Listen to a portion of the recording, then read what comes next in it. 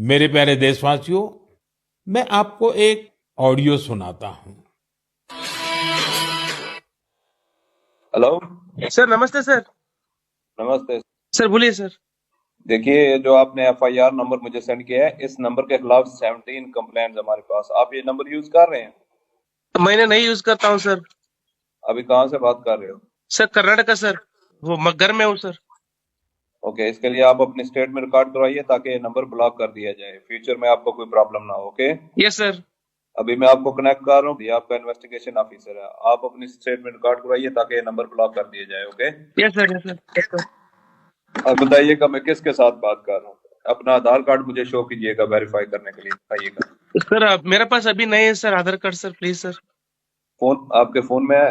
नहीं sir. Phone में आधार card की पिक्चर नहीं है आपके पास? नहीं है सर। नंबर याद है आपको? सर नहीं है सर, नंबर भी याद नहीं है सर। हमने सिर्फ वेरीफाई करना है। ओके, वेरीफाई करने के लिए नहीं सर। आप डरिए ना, डरिए ना। अगर आपने कुछ नहीं किया तो आप डरिए ना।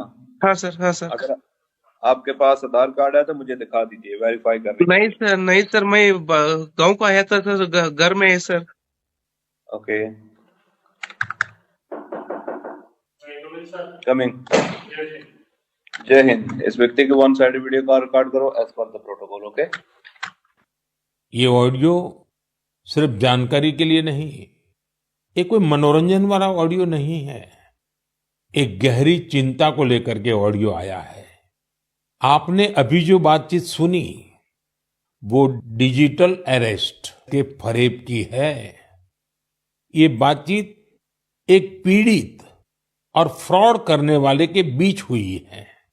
डिजिटल अरेस्ट के फ्रॉड में फोन करने वाले कभी पुलिस, कभी सीबीआई, कभी नारकोटिक्स, कभी आरबीआई, ऐसे भांति भांति के लेबल लगाकर बनावटी अधिकारी बनकर बात करते हैं और बड़े कॉन्फिडेंस के साथ करते हैं।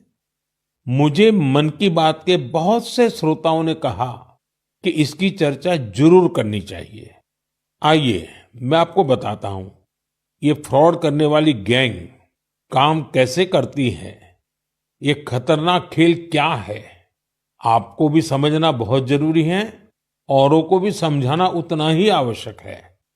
पहला दाव, आपकी व्यक्तिगत जानकारी, वो सब जुटा करके रखते हैं।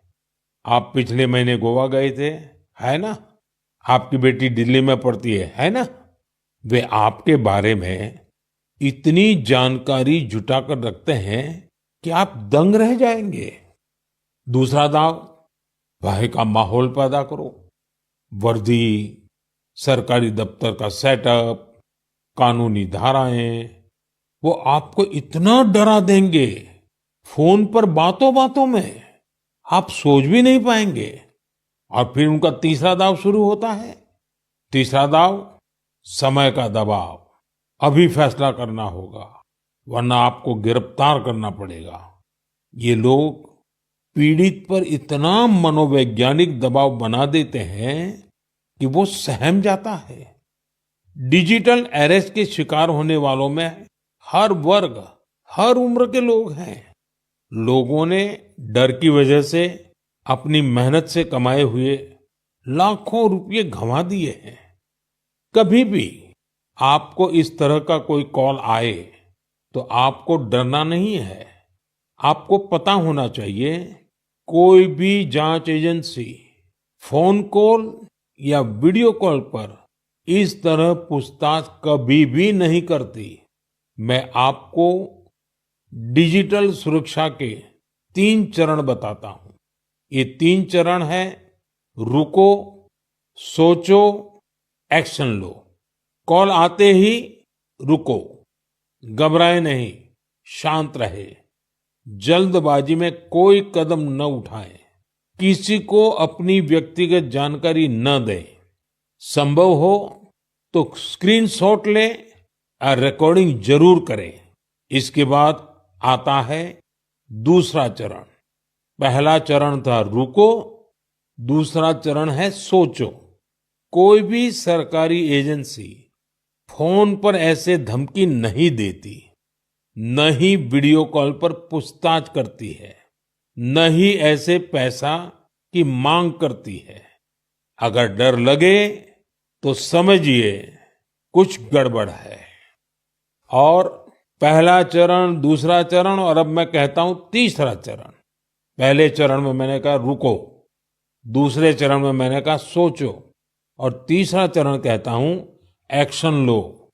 राष्ट्रीय साइबर हेल्पलाइन 1930 डायल करें, cybercrime.gov.in पर रिपोर्ट करें, परिवार और पुलिस को सूचित करें, सबूत सुरक्षित रखें। रुको, बाद में सोचो और फिर एक्शन लो। ये 3 चरण आपकी डिजिटल सुरक्षा का रक्षक बनेंगे।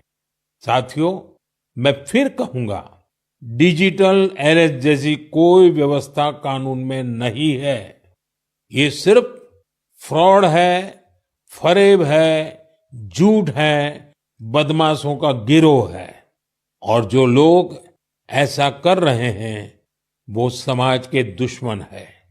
डिजिटल अरेस्ट के नाम पर जो फरेब चल रहा है उससे निपटने के लिए तमाम जांच एजेंसियां राज्य सरकारों के साथ मिलकर काम कर रही है। इन एजेंसियों में तालमेल बनाने के लिए नेशनल साइबर कोऑर्डिनेशन सेंटर की स्थापना की गई है। एजेंसियों की तरफ से ऐसे फ्रॉड करने वाली हजारों वीडियो कॉलिंग आईडी को ब्लॉक किया गया है। लाखों सिम कार्ड, मोबाइल फोन और बैंक अकाउंट्स को भी ब्लॉक किया गया है। एजेंसियां अपना काम कर रही है, लेकिन डिजिटल अरेस्ट के नाम पर हो रहे स्कैम से बचने के लिए बहुत जरूरी है हर किसी की जागरूकता, हर नागरिक की जागरूकता। जो लोग भी इस तरह के साइबर फ्रॉड का शिकार होते हैं, उन्हें ज्यादा से ज्यादा लोगों को इसके बारे में बताना चाहिए। आप जागरूकता के लिए #सेफ डिजिटल इंडिया का प्रयोग कर सकते हैं। मैं स्कूलों और कॉलेजों को भी कहूंगा कि साइबर स्कैम के खिलाफ मुहिम में छात्रों को भी जोड़े। समाज में सबके प्रयासों से ही हम इस चुनौती का मुकाबला कर सकते हैं।